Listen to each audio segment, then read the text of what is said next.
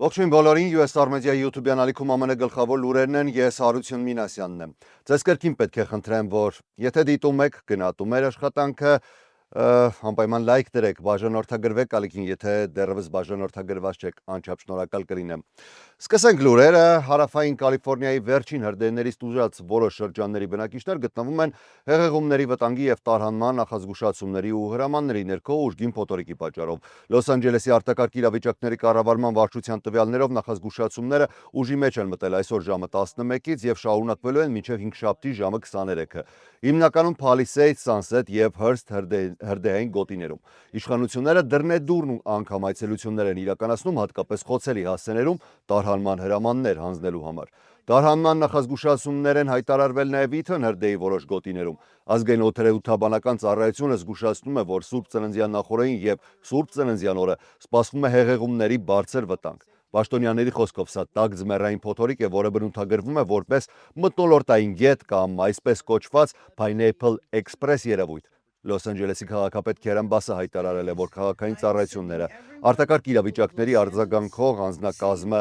հանրային աշխատանքների եւ կոմունալ ոլորտի աշխատակիցները պատրաստ են արձագանքել հնարավոր հետևանքներին։ Նա կոչ է արել բնակիչներին տոնական շաբաթվա ընթացքում հետևել պաշտոնական ցուցումներին, զգուշություն ցուցաբերել ճանապարհներին, նախապես պլանավորել քայլերը եւ մշտապես տեղեկացված լինել, գրանցվելով արտակարգ ծանուցումների համակարգում։ Օդերեւութաբանների տվյալներով մթնոլորտային գետը տարածաշրջանի վրա ազդեցություն կունենա 3 շաբթից մինչև շաբաթ գիշեր։ Սպասվում է 3-ից 6 ձյույմ, անձրև, ափամերձ եւ հովիտային շրջաններում, իսկ լեռնային եւ նախալեռնային գոտիներում տեղումները կարող են հասնել մինչև 11 դյույմի։ Ամենաուժեղ տեղումները կանխատեսվում են չորեքշաբթի, ինչպես նաեւ հնարավոր է երկրորդ ինտենսիվ փուլը չորեքշաբթի արդեն գիշերը մինչև 5-շաբթի առավոտ։ Փոթորիկի ընթացքում օդի ջերմաստիճանը կմնա դեկտեմբերին բնորոշից ավելի բարձր, ինչի հետևանքով ձյան մակարդակը մինչև Սուրբ Ծննդյան նախօրյա կպահպանվի 7500-ից 8000 ֆուտից բարձր եւ Սուրբ Ծննդյան օրը կնվազի մինչև 7000 ֆուտի։ Քաղաքապետը եւս մեկ անգամ կոչ է արել բնակիչներին փոթորիկի գագաթնակետային ժամերին հնարավորության դեպքում մնալ տանը եւ ճանապարհ դուրս գալ միայն խիստ անհրաժեշտության դեպքում, պահպանելով անվտանգության բոլոր կանոնները։ Քաղաքային եւ շրջանի իշխանությունները հայտարարել են, որ շարունակելու են մշտադիտարկել իրավիճակը եւ բնակչությանը տրամադրել նոր տեղեկություններ եղանակային պայմանների զարգացմանը զուգահեռ, միաժամանակ կոչ անելով բոլորին այս տոնական շաբաթն անցկացնել առավելագույն զգոնությամբ եւ պատասխանատվությամբ։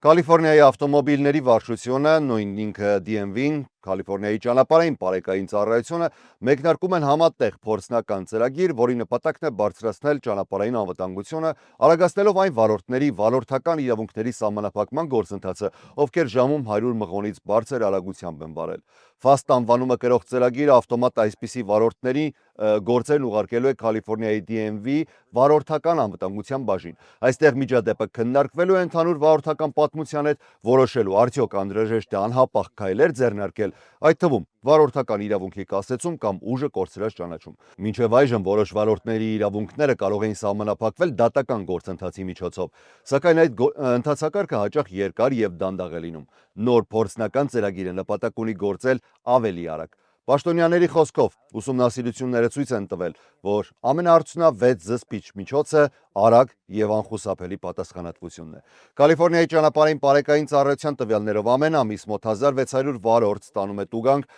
ժամում 100 մղոն կամ ավելի արագություն գերազանցելու համար։ Մնանք Կալիֆոռնիա նահանգում, այստեղ բեռնատարների ներգաղթյալ վարորդների խումբը դատական հայց է ներկայացրել նահանգի ավտոմոբիլների վարչության դեմ, պնդելով, որ իշխանությունները խախտել են հազարավոր վարորդների իրավունքները, նախաձեռնելով նրանց առևտրային վարորդական իրավունքների չեղարկման գործընթացը։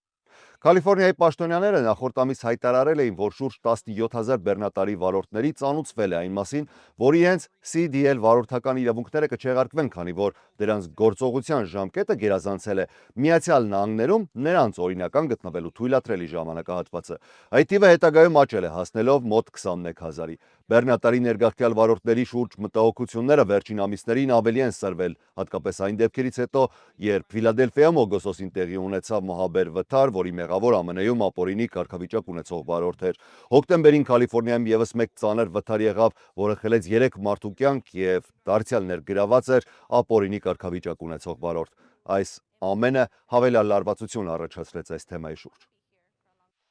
Ցավալի մեկ լուրի մասին Փենսիլվանիա նահանգում Ֆիլադելֆիայից ոչ հեռու գտնվող ծերանոցում այսօր տեղի ունեցել հզոր պայթյուն, որի հետևանքով առնվազն 2 մարդ է զոհվել, շենքի մի մասը փլուզվել է, պրնկվել է խոշոր հրդեհ, իսկ մի քանի մարդ էլ մնացել է ներսում փակված վիճակում։ Փենսիլվանիայի նահանգապետ Ջորջ Շապիրոն մամուլի ասուլիսում նշել է, որ փրկարարները ստիպված են եղել աշխատել կրակի ու գազի ուժեղ հոտի պայմաններում, բնակիչներին ու աշխատակիցներին տարհանելու համար։ Նրա խոսքով հաստատված է առնվազն 2 զոհ, սակայն որոնողափրկարարական աշխատանքները շարունակվում են։ Իշխանությունները դեռևս չեն հրապարակել զոհվածների ինքնությունը եւ չեն կարողացել հստակ ասել, թե քանի մարդ է վնասվածքներ ստացել, քանի որ բնակիչներն ու աշխատակիցները տեղափոխվել են տարբեր հիվանդանոցներ։ Բրիստոլ Թաունշիփի հրշեջ ծառայության պետ Քևին Դիպոլիտոն հայտնել է, որ 5 մարդ դեռևս համարվում է անհետ կորած, սակայն ընդգծել է, որ հնարավոր է նրանցից ոմանք հեռացած լինեն դեպքի վայրից ընտանիքի անդամների հետ։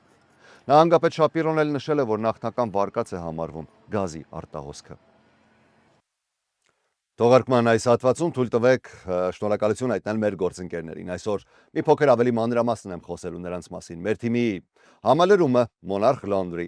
մեր գործընկերն առաջարկում է պարզապես մոռանալ առօրյա լվացքի հոգսի մասին։ Բավական է բաժանորդագրվել Monarch Laundry-ին եւ նրանք սիրով կվերցնեն ձեր հագուստը ու կմատուցեն այն մասնագիտական մաքրությամբ ու նուրբ խնամքով։ Այն ժամանակը իրապես որ դուք այսօր ծախսում եք լվացքի մեքենաների առջև կանգնած, անգամ մոտ էլ չի առաջարկվող փաթեթների արժեքին։ Փաթեթների լայն ընտրանիկը սկսած 34.99 դոլարից կամ 1.75 ընդամենը 1 փաունդի համար։ Առաջարկների շարքում առանձնատուկ կարևոր են միայն երեխաների համար հագուստի նախատեսված հատուկ լվացքի փաթեթները, որոնք մշակված են բարձր հիգիենայի եւ նուրբ խնամքի սկզբունքներով, ինչպես նաեւ կորպորատիվ լվացքի անհատական լուծումները տարբեր բիզնեսների համար։ Monarch Laundry այստեղ ասում են, որ յուրաքանչյուր մանրուք մեզ համար կարևոր է։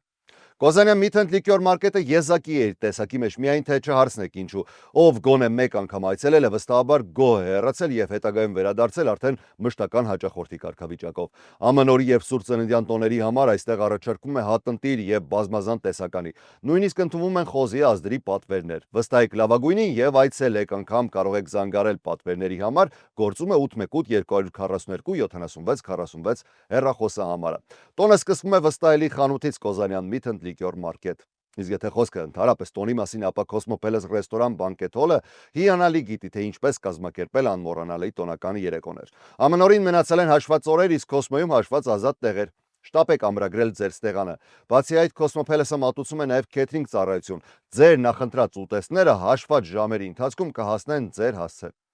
Մեր մյուս գործընկերը Gerry's Mom's Bakery-ն է, լավաշի իսկական հմուտ մասնագետներն այստեղ են։ Այն, որ Mom's լավաշը լավագույնն է, չի քննարկվում, այն, որ տեսականին լայն է ու բազմազան նույնպես։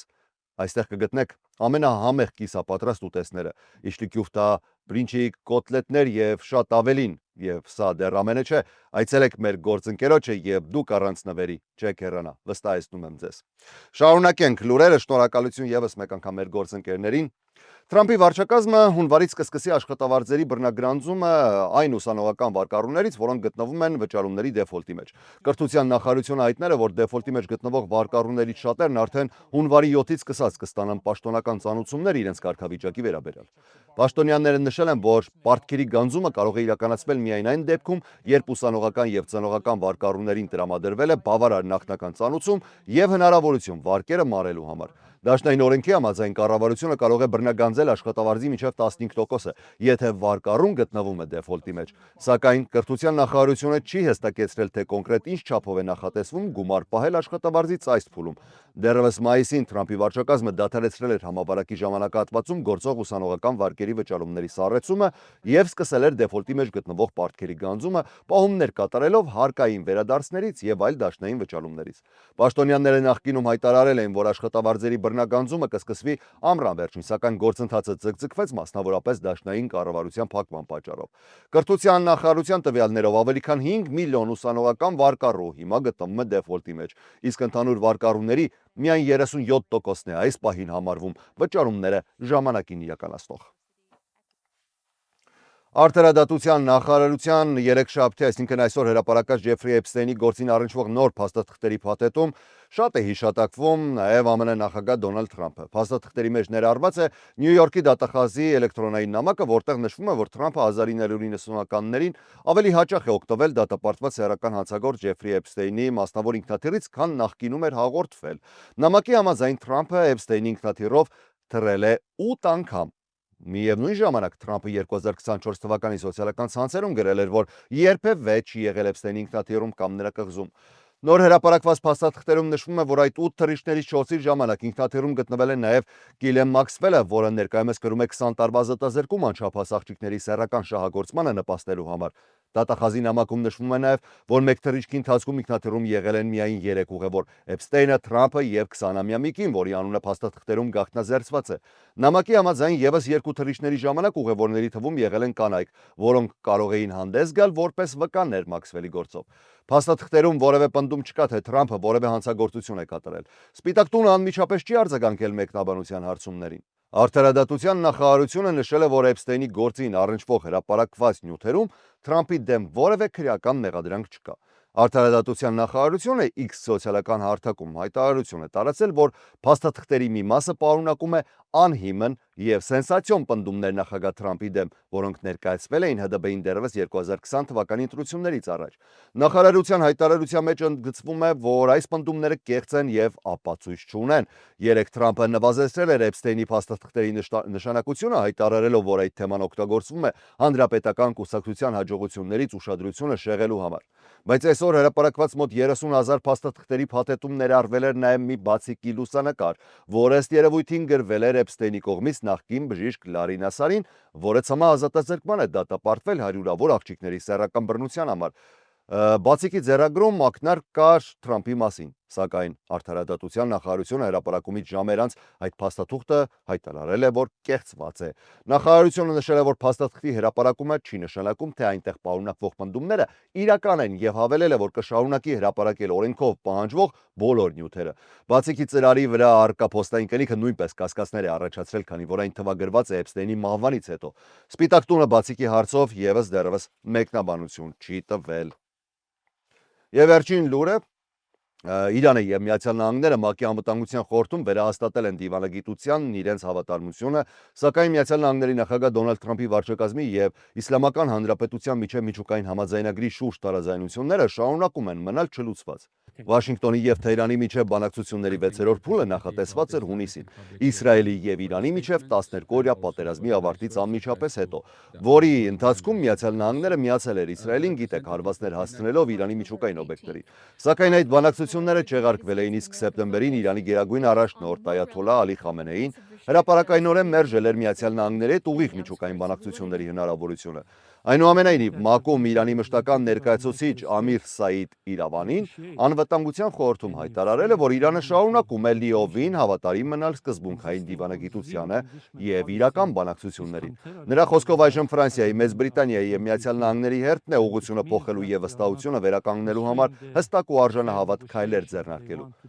Իրավանին ընդգծել է, որ Իրանը շարունակում է հավատարիմ մնալ 15 թվականի միջուկային համաձայնագրի 2015 իհարկե թվականի միջուկային համաձայնագրի հիմնարար սկզբունքներին, որը նպատակ ուներ կանխել Թեհրանի կողմից միջուկային զենքի ստեղծումը պատժամիջոցների վերացման դիմաց Իրանի միջուկային ծրագրի սահմանափակման պայմանով։ ԱՄՆ առաքելության խորհրդական Մորգան Օրթագուսը հայտարարել է, որ Միացյալ Նահանգները պատրաստ է պաշտոնական բանակցությունների Իրանի հետ, սակայն միայն այն դեպքում, եթե Թեհրանը պատրաստ լինի ուղիղ եւ բովանդակալից երկխոսության։ Նա նշել է, որ նախագահ Թրամփը դիվանագիտական ձեռքը մեկնել է Իրանին, թե իր առաջին, թե երկրորդ վարչակազմերի ընթացքում։ Միևնույն ժամանակ Օրթագուսը հստակեցրել է, որ Թրամփի վարչակազմի դիրքորոշումը մնում է անփոփոխ։ Իրանի տարածքում միջուկային հարստացում չի կարող լինել։ Սա շարունակում է մնալ հիմնական հակասություններից մեկը բանակցությունների ճանապարհին։ Ինչպես արդեն նշեցի, սա վերջին լուրն էր այսօրվա համար, այսքանը ես Հարություն Մինասյանն եմ։ Շնորհակալ եմ ուշադրության համար։ Առողջ եղեք։